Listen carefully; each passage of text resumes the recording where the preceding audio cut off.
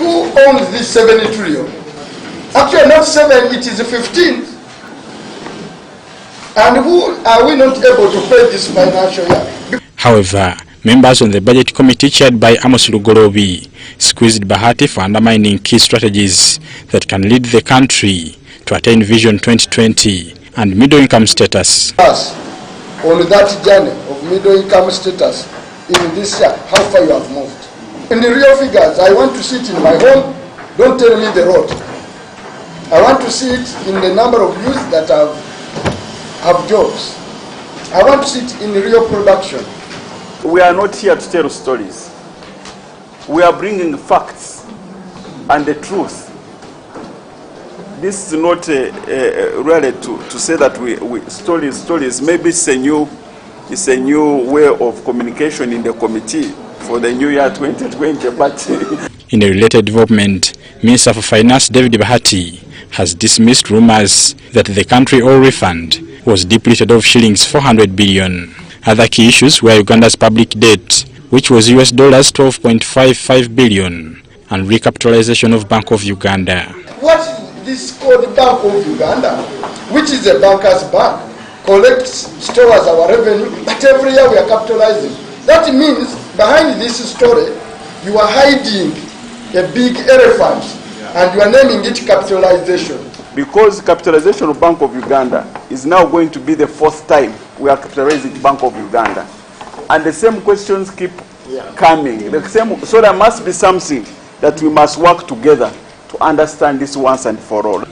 The meeting was ended to allow the minister time to avail facts for the next sitting. Bernard Yiga and Gloria Gutabinji, UBC.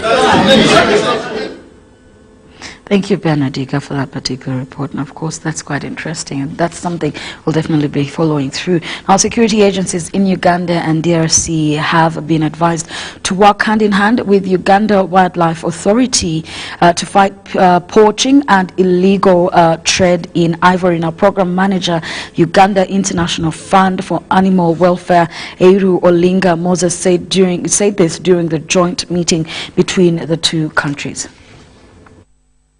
Uganda Wildlife Authority officials and that of Congo have been asked to fight poaching.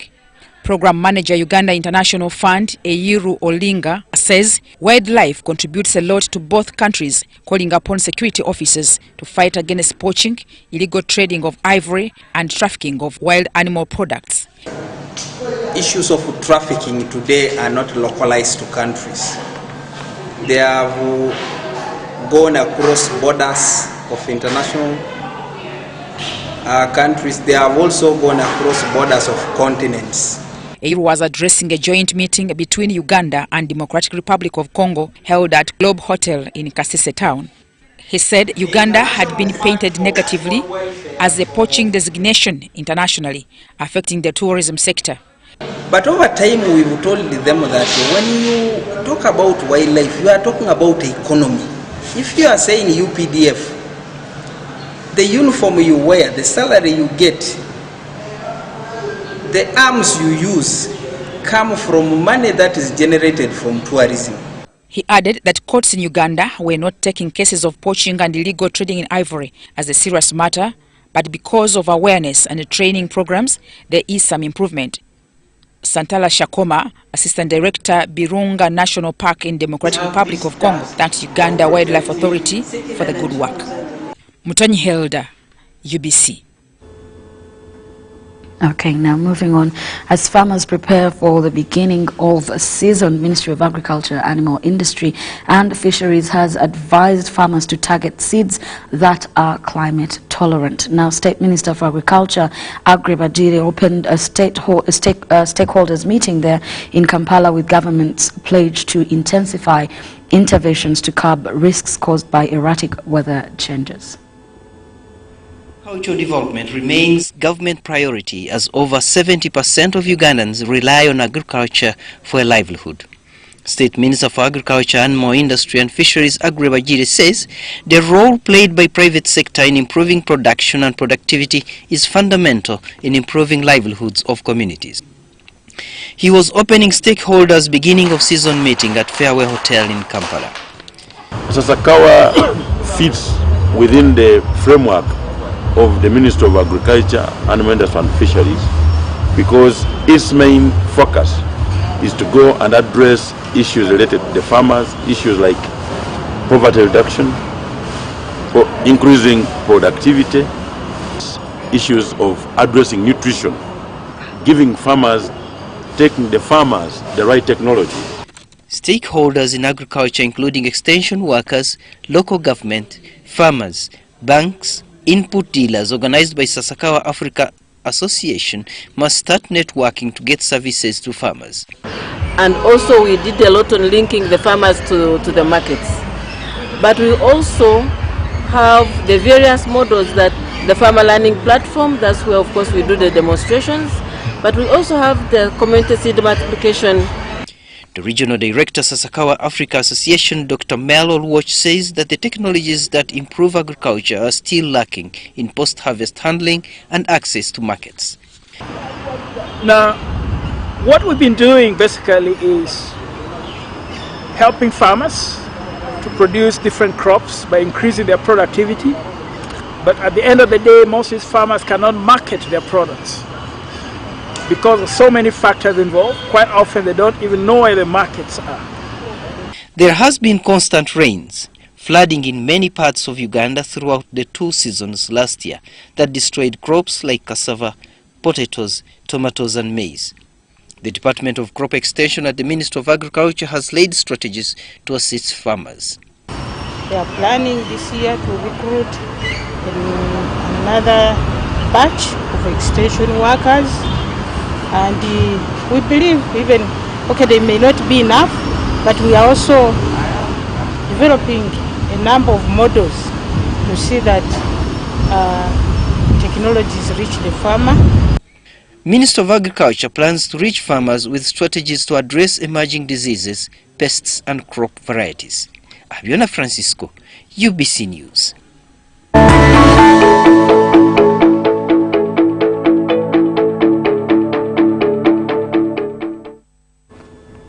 It's time for us to take a look at our newspapers here in our digest, and most of the times we want to get you some of the key stories, and today I'm looking at the Daily Monitor, and we're looking at the fact that Kenya does return 19 trucks carrying milk to Uganda. Now what we're looking at is that the milk trucks loads worth more than 1.1 billion shillings according to URA.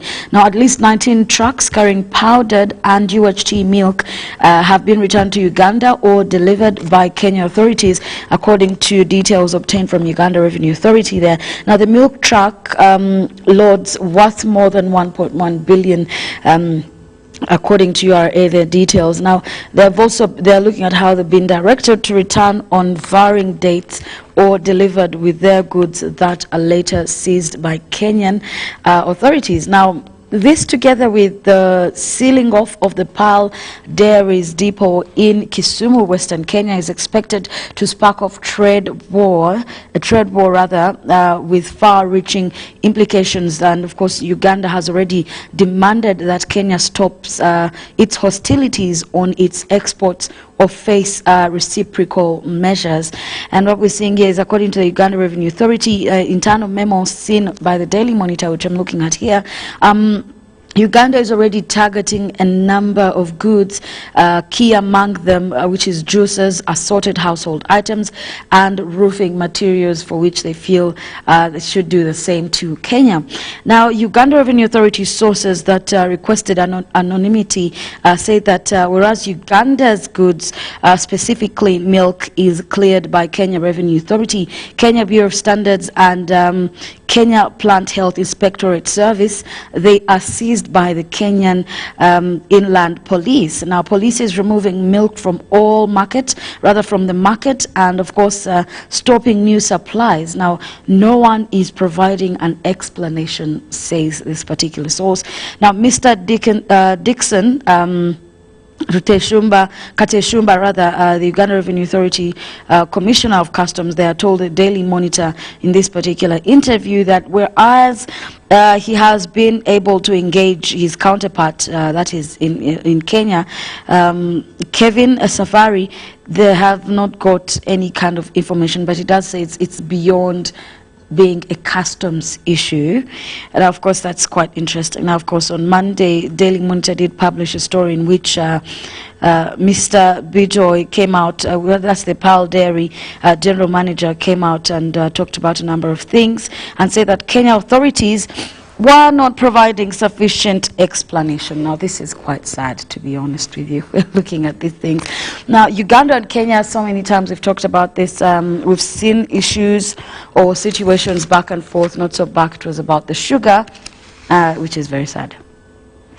Now we're looking at NSSF seeking investors to buy stake in Uganda Clays. Now of course they come out to point out that they are seeking an investor to help jointly capitalize Uganda Clays Limited. And of course what they're saying here is that securing an investor, according to Mr. Richard Vyarugaba, the NSSF Managing Director, it will kickstart a process in which the fund will make sure that they clear or retire an outstanding debt of 2 billion that it holds in Uganda Clays. Another interesting one here is that UNBS closes 15 bakeries. Now, of course, what we're looking at here is that, yes, they have closed at least 15 bakeries in an operation that was conducted across different parts here, now different regions in Uganda that we can look at. Now the closures in this particular case, we're looking at standards enforcement, especially in the confectionery sector. Now according to a statement that was released, they're saying that in this particular case, they sealed off bakeries, bakery mixers at Mega Standard Supermarket, Capital Shoppers Supermarket in Tinda, Tuskies and Tinda, and Nansana, and SNS Supermarket in a number of places there. Now they're saying they have an issue of standards that they've been dealing with for a while.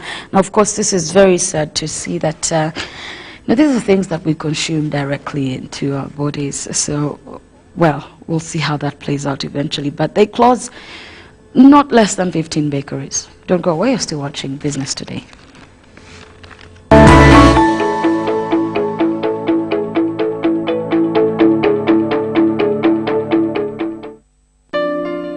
Have you completed Senior 4 or Senior 6 and you want to do a 2-year certificate or a diploma course?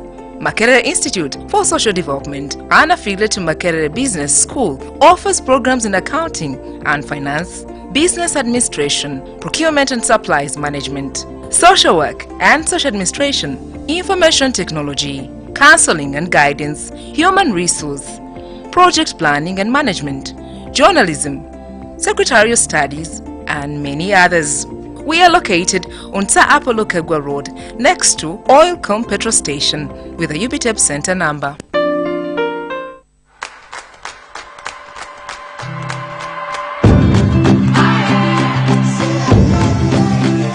Good morning, Uganda. Today is a great day to make someone's day. A wonderful day to rewrite the future.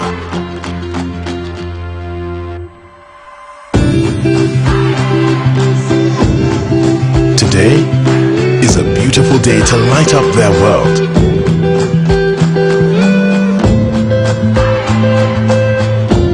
Or maybe even the perfect day to say, "You're my world."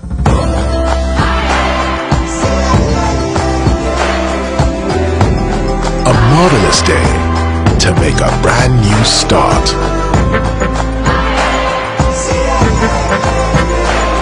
The perfect day to make the world smaller.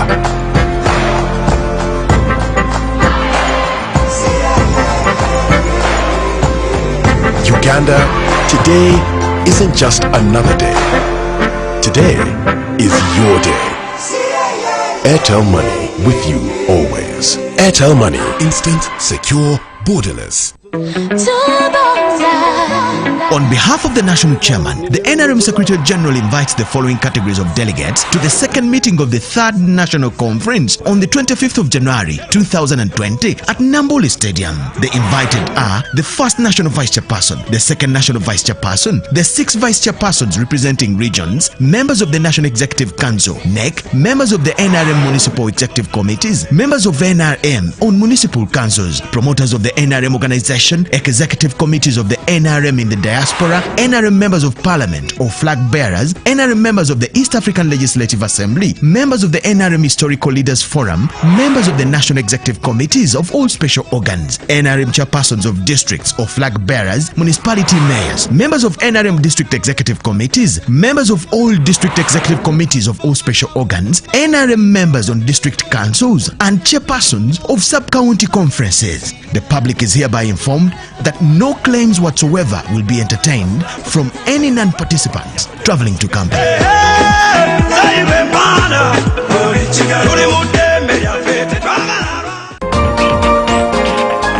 Four strangers, a designer, a chef, a travel agent, and a caterer will compete in the place we all know and love, the kitchen. For the grand prize of 1 million shillings, they will need every skill, every We tip. don't cut negative with a children board in Uganda. Rabbit. Every advantage. My husband taught me this. But if you can't take the hit, I'm worried about the food. Put it in there. wait at the table. I can be what I want to be. I can be a president if I want to be a president. Or not. But wherever you go, don't miss the all-new series premiere for Django Today, coming soon.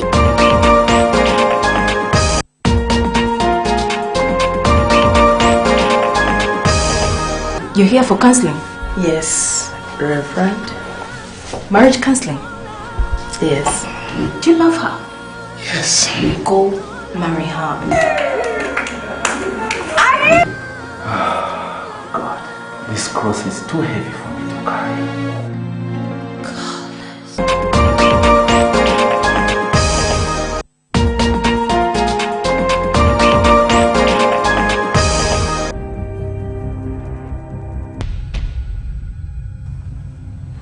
You know I got you, right?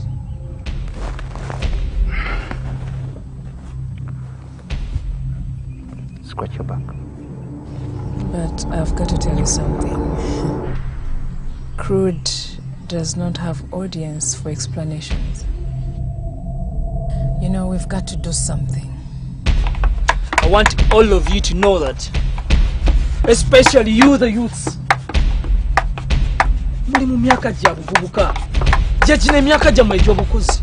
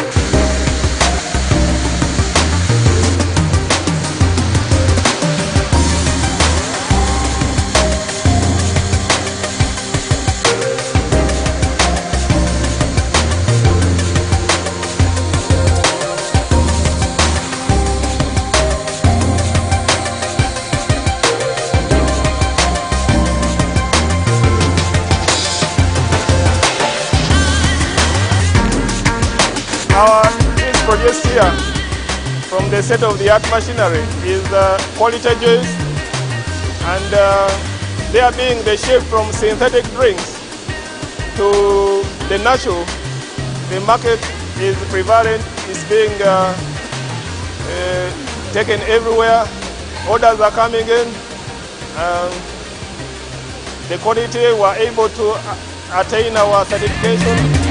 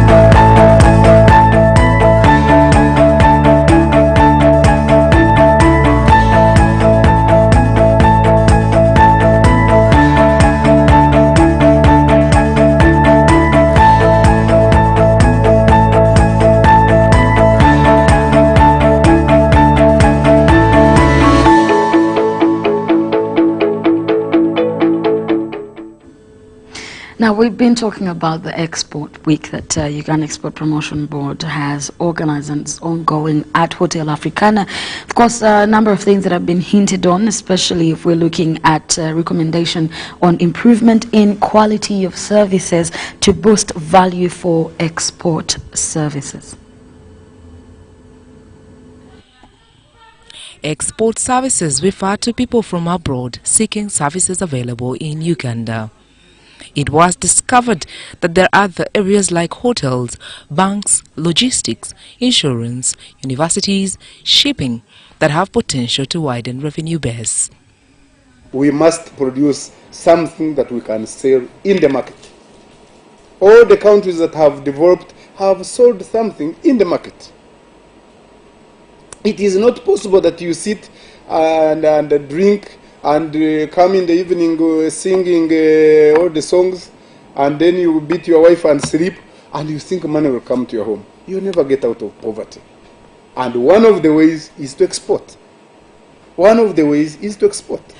All the countries that have made it out of poverty and have developed, I don't know any other country that has become rich without exporting a product or a service. The business clinics are sent on the need to improve visual packaging of services, branding, sensitization, more funding to ICT, and improving methods of training and attracting more private players. But I know in the world, and all of you know in the world, that number one which moves, and that is through stock exchanges, New York, London Stock Exchange, Singapore, and Hong Kong, and wherever, is the money. Number two is services. Number three is merchandise exports. So services are important in bringing just a lot of money. And sometimes some of you who are in IT, you know, you can just, after you have made your innovation or invention, you can just make it as an attachment. You don't even need to get a lorry to transport it. You just get an email, attach, send. Other events under the same flagship provide Ugandans with information on exports. The camp at Imperial Hotel emphasizes manufacturing and value addition. One of the things that we see that is holding back the manufacturing sector is the issue of infrastructure, the issue of financing, the issue of information, to which the board is focused on. Government goods and services stand at 18% of exports. However, more effort is needed to create markets abroad. Sandra Kahundiagawa, UBC Business.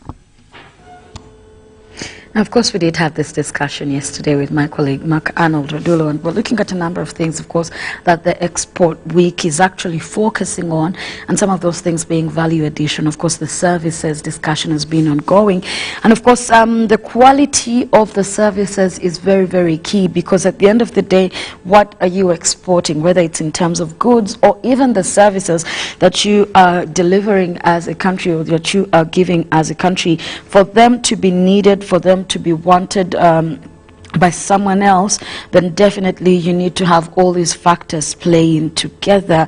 And also, I think for me, I believe that the quality of the services will in turn take us back to also the quality in terms of the goods and standards that we've been talking about.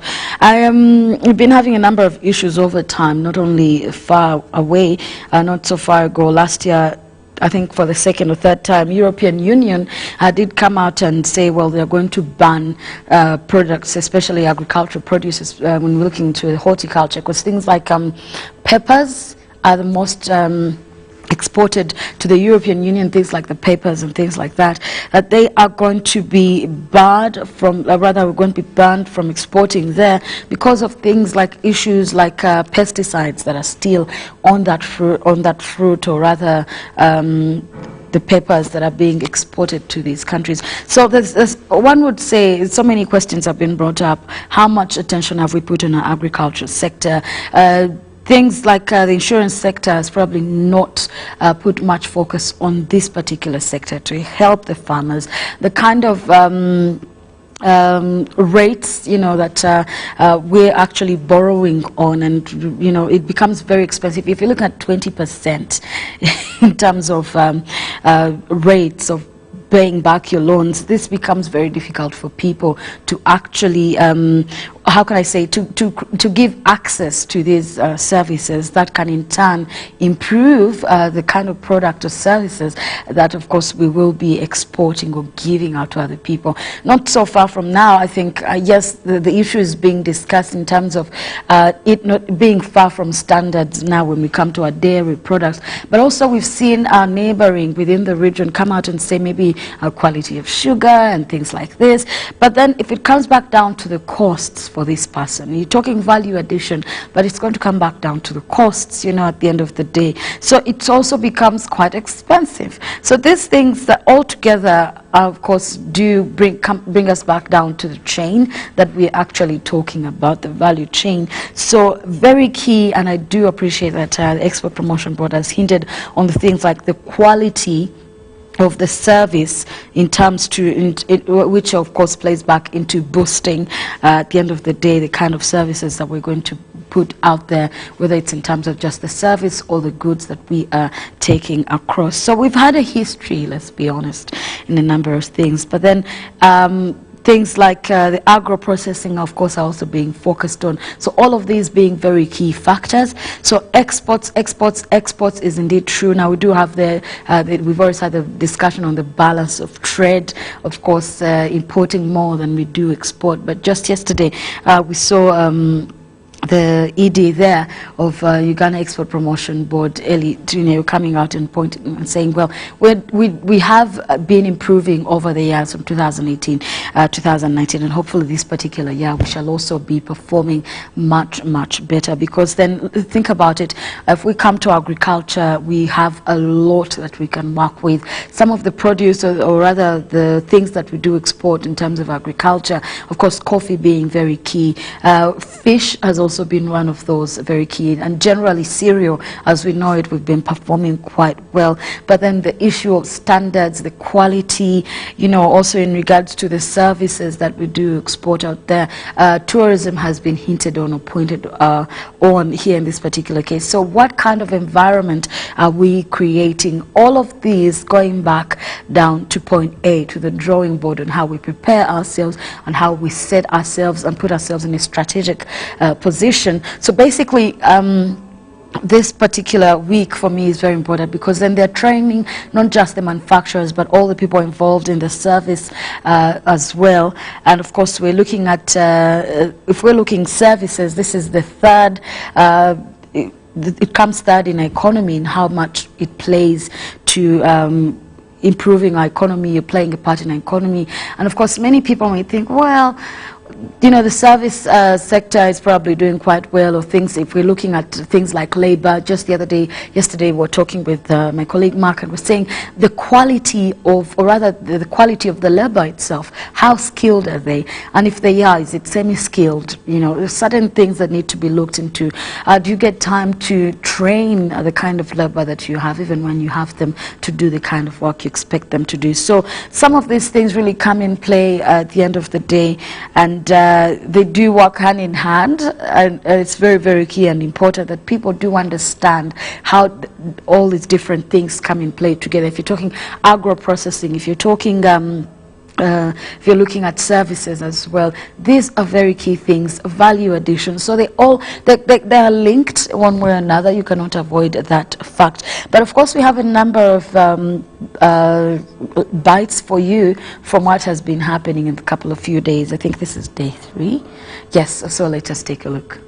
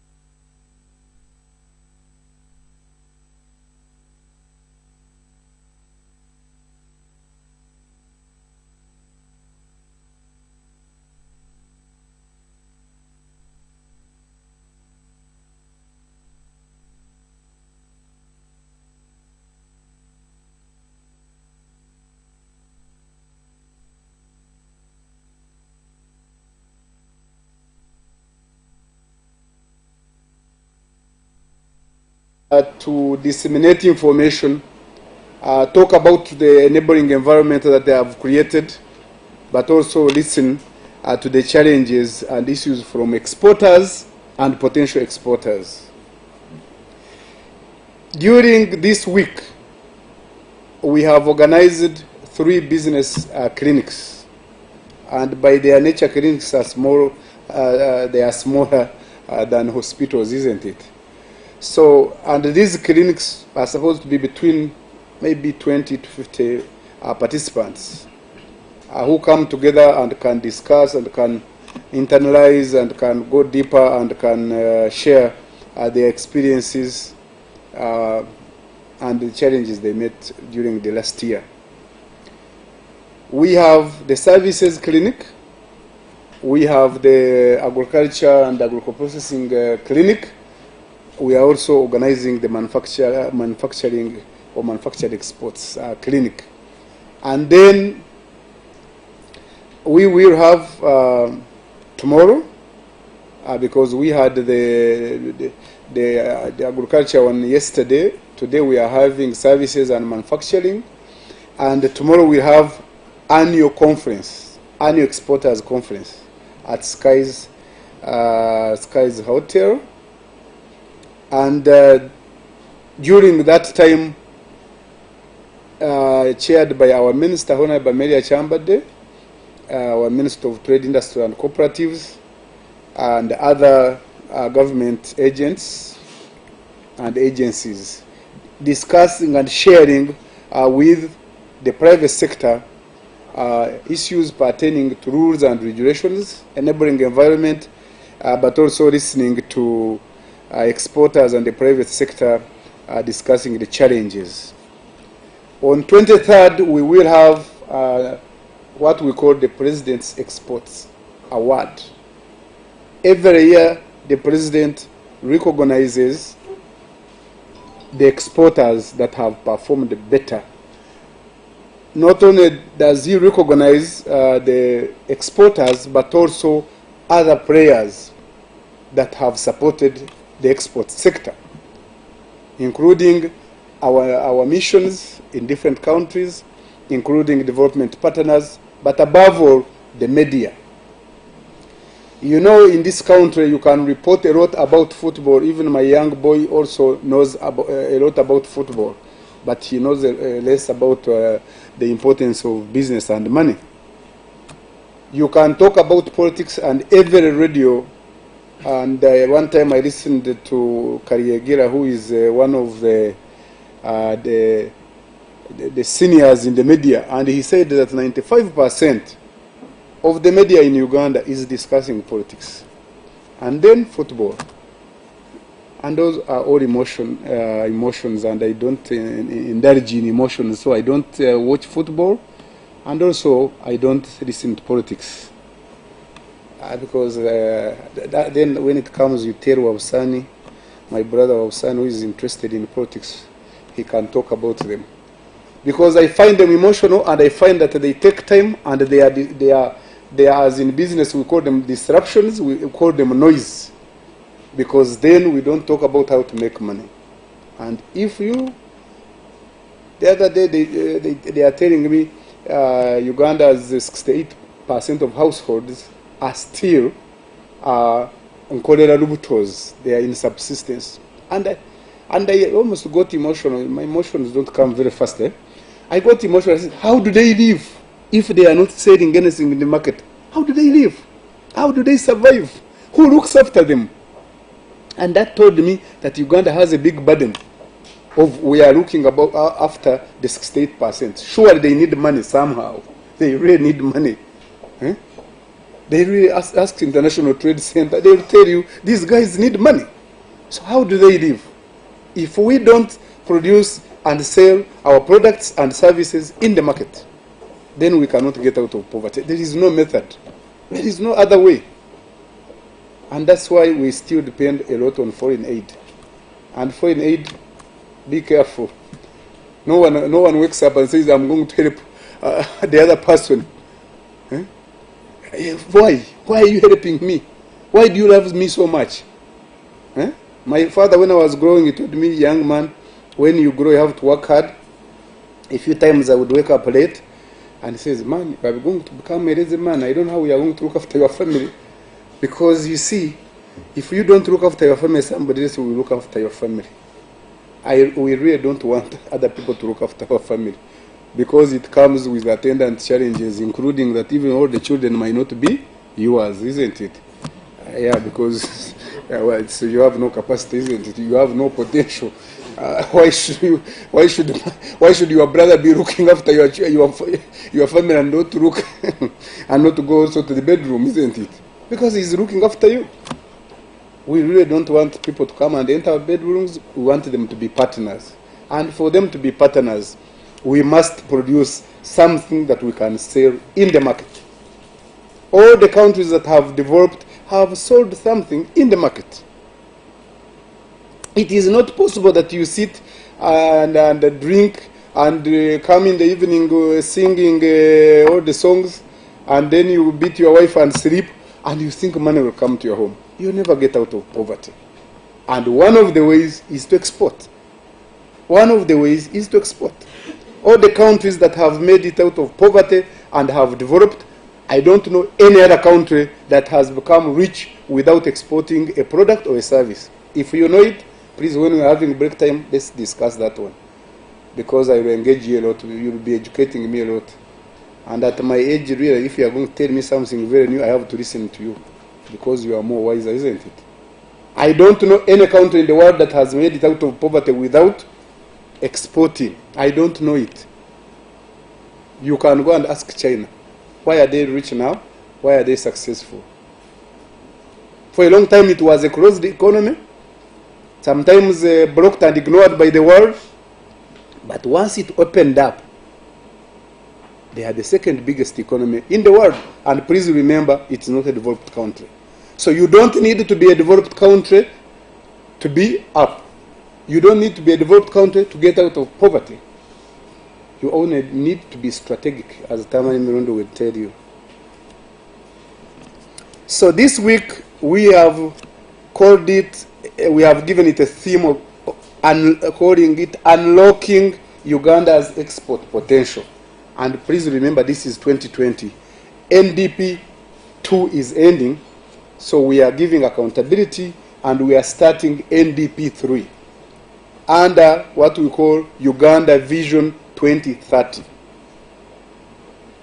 and which we divided into what we call national development plans for 5 years. Let me tell you, when we had the agricultural, yesterday, the agricultural clinic, it was oversubscribed. Oversubscribed. When I was leaving the hotel, I said, but you needed to even to sign some things here. I said, yeah. I said, because the numbers you had planned have been exceeded by more people. But when we come to services, see the numbers. But I know in the world, and all of you know in the world, that number one which moves, and that is through stock exchanges, New York, London Stock Exchange, Singapore, and Hong Kong, and wherever, is the money. Number two is services. Number three is merchandise exports. So services are important in bringing just a lot of money.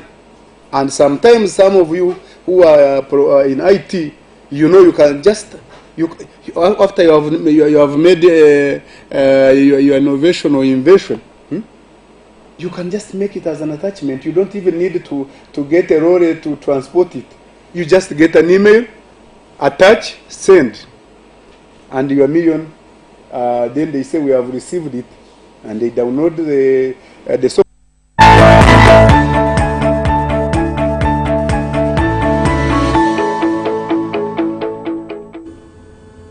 Indeed, we're in a world of technology where everything and everyone is using the internet probably to save their work, to get information, to send information. So that's very key. So technology is one of those things. And of course, we do have a number of wise, smart people, and of course we're seeing this happen. We've seen a number of our apps that have been developed here in Uganda, and you know, people are demanding for this kind of services, not just across Africa but elsewhere. As we've seen many of people's services come through even here, and also in the tourism sector. These are some of the things that were hinted on. As long as you're offering services to another person from another part of the world, indeed you are exporting your services to them. So this is an issue that many people need to take advantage of, as we are in an era that is meant to be taken well advantage of course, for the good reasons, as much as it comes with its flaws. But that's a very, very good speech that the ED, Eddie Twine, therefore Export Promotion Board, did give. My time has run out. I'll not exhaust everything. I'll just end up just blabbering all the kind of things. But we come Monday to Friday, 9 to 10 a.m. My name is Rowena Kajumba. From me and the entire business team, thank you so much for watching. Good day.